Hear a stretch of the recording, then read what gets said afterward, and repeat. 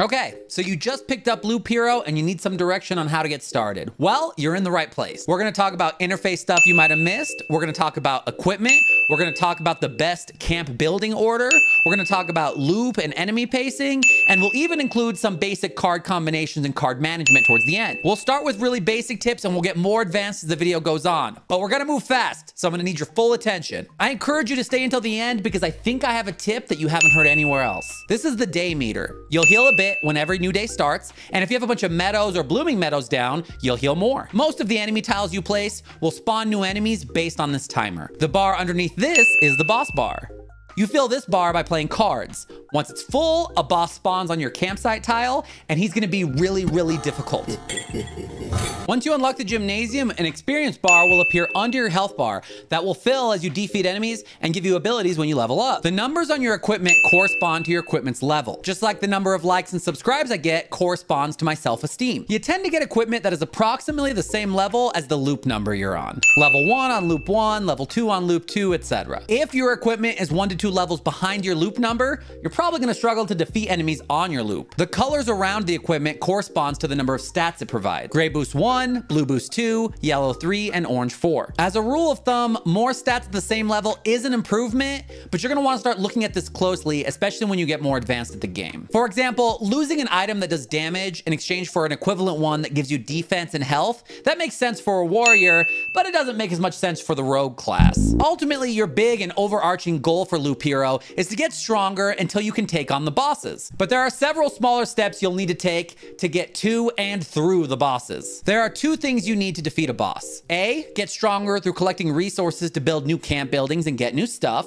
And B, have a really solid run where you're filling your boss bar right when you're strongest. We'll talk about both. Building new camp buildings requires you to retreat with resources. You can get resources through placing down terrain tiles like meadows or through walking through certain tiles like groves or graveyards. You lose resources by not retreating on your campsite tile, or worst case scenario, by dying. Retreating on your campsite tile gets you 100% of your resources. Retreating somewhere else gets you 60%, and dying only gets you 30%. That means retreating at camp will advance you through this game 3 times faster, more than 3 times faster than if you just go in and die. I recommend going into your settings and selecting the option to pause at the end of every loop. That way you could take a second and ask yourself, how easily did I go through the last loop? And what are my odds of dying in my next run? You can even retreat at camp right before you run into the boss, so keep that in mind. Speaking of the options menu, take advantage of this auto pausing when you're half focused on doing something else, like on a crappy Zoom meeting or you're reading work emails. Now, if you want to gain Loop Hero skill 3 times faster,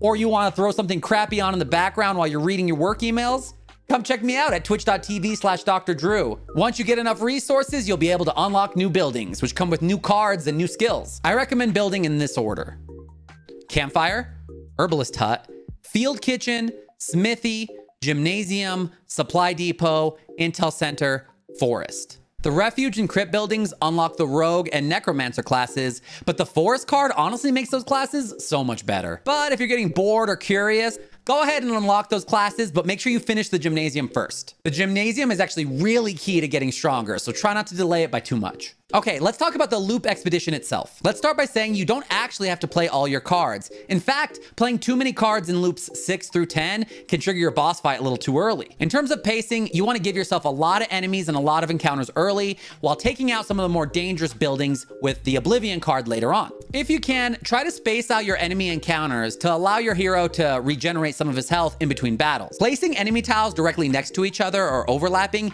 always adds a lot of risk, particularly because rat wolves can move between tiles and skeletons can attack from nearby tiles. Also, if you're using the battlefield card, make sure to give yourself a lot of room at the beginning of your loop. You want to place battlefields at the beginning of your loop because it creates a new chest every time you start a new loop.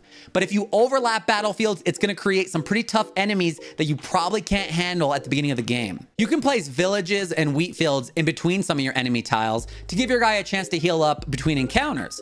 But Villages can also boost enemies' HP, so it can become a liability, especially in later loops. 3x3 mountain/rock tile combinations will create mountain peaks, which spawns harpies. If you add one more, you'll get goblin camps. These can get really rough in later loops, so be aware you can oblivion mountain peaks and goblin camps if these get too tough later. Meadows turn into blooming meadows once you place a non-meadow tile next to it, and it pairs well with the treasury tile, but make sure you wait to complete all the tiles around the treasury. The completed treasury reward actually scales up with your loop number, so the longer you wait, the better the rewards and resources you'll get for completing a treasury. Also, completing a treasury starts spawning gargoyles, which can be really tough in later loops. If you end up with some overwhelming tiles, remember, you can stack road lanterns after enemies have spawned on them to knock a couple off. Pa!